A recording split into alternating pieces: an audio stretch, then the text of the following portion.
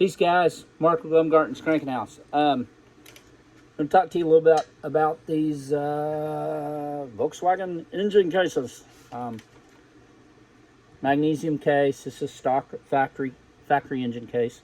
We're going to talk about line boring. You hear people talk about the term line bore. Line bore is where you take a tool that has cutters on it, and it goes through the center line and center bore of this case, and it actually removes material from the insides of these bearing journals in each bearing location to do an oversized bearing if you have a case that's worn. And most of these cases do have some wear, so you can't really not do that if you're going to reuse a case, unless you just want to do a brand new case. It's a telescopic mic. We're going to put that in there in the case and take a measurement there to see what we've got. This is a used case. I do have a digital veneer caliper. It's set for millimeters, so we're going to measure that, see what we've got here, and I'm going to try to show what I'm doing here. We're going to get that measured out there right quick. Okay, we're actually setting it right at 65 millimeters, give or take a couple of thousandths. 65.09 is what it's showing. So this case is it's never been cut, so it's never, this case has never been machined, which is great. It's awesome. The other thing you got to look at too on these cases is where the thrust bearing rides back there at the back. There is this, usually on a lot of these cases, there's some substantial wear where that bearing has walked back and forth and beat this magnesium up in the case. And this one here actually looks pretty nice, so there's probably not going to have to be too much done there. That's another operation that you can do to cut these, to trim them down to put an oversized bearing in, thickness wise, shell wise, for the thrust. But again, 65 millimeters. That's the standard. That's standard size.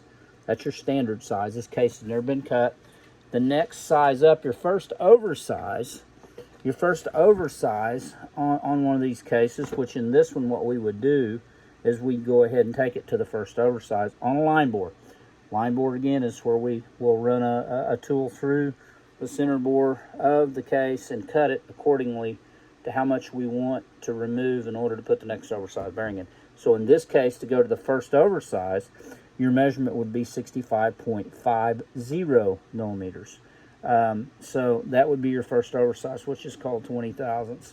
It'd be your 20 thousandths over. Your second oversize, which is 66, if a case measures 66. Let's say you got this case and it was already at 65.5. It's already been cut once. You're going to go in and do 66, which that's your second oversize, which is considered 40 thousandths. So the thing about that is, again, these cases, you could cut one to that next oversize, and maybe you still have one journal in there, web journal, where the bearing resides. It didn't clean completely up, so you'll have to go to the next oversize. So you can go all the way out to your third oversize is 60. It's going to be, instead of 66, it's going to be 66.50. Your next oversize would be 67.00, and of course the fifth oversize would be 67.50. So you're getting out there. That third oversize, 60 thousandths. I think my cutters only go to 80. I've not ever cut a case to 80, but there again, they do make an oversized bearing that big. Whether you would want to do that or not, I don't know. I think I'd probably be looking at the possibility of just replacing a case. But anyway, just so you guys would know and have an idea about these cases and what goes into the machining process of when you do that. I always try, when I sell an engine to somebody or build an engine, we always try to use a brand new case, just because we don't get into this. I've ran these cases with oversized bearings, never had any problems. A lot of that's got to do with the way the cuts are made, how everything's done, how the case is set up. A lot of processes that you go through in order to do it. So, whether somebody wanted to rebuild an engine and they wanted the machine work done to do oversized bearings, sure, it can be done. I don't know. It's kind of one of those things. You have to decide what you can afford, And a brand new case is around, well, right now there is no such thing as brand new cases. They can't be got. They're unobtainable,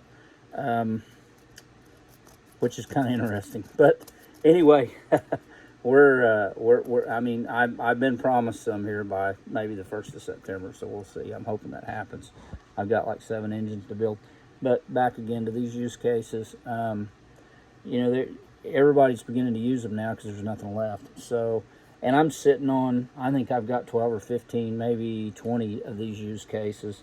I haven't been out here and really done too much with them because I just hadn't worried about it. And now I'm like, maybe I need to look at this a little bit and see if I've got some standards that I could cut 10 over and possibly not sell them as a new case, but sell them as a new used reconditioned case.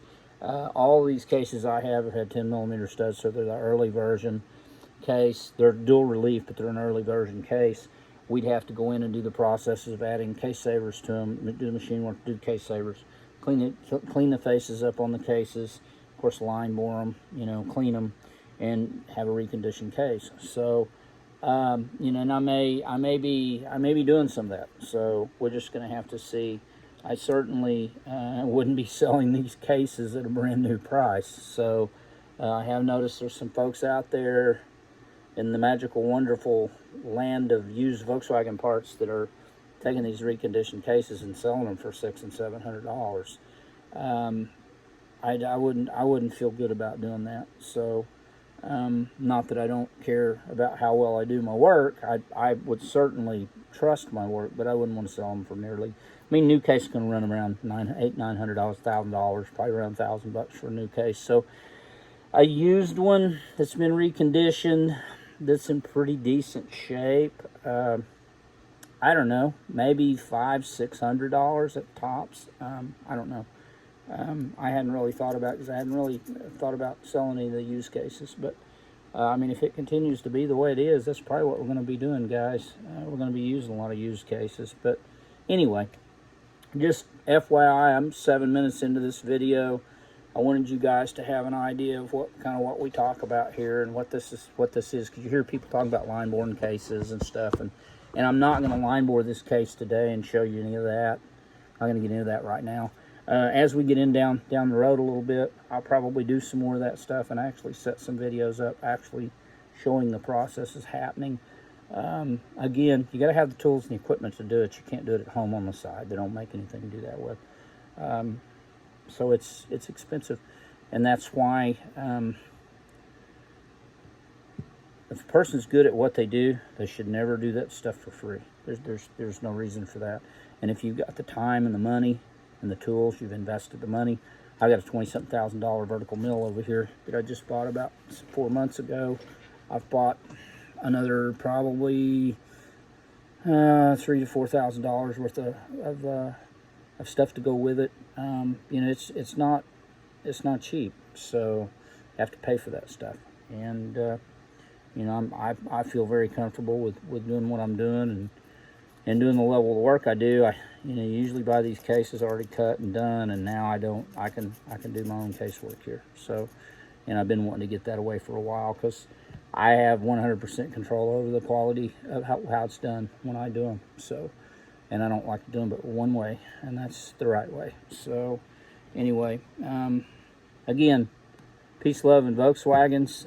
We'll talk to you guys soon. Look for some more videos. See ya.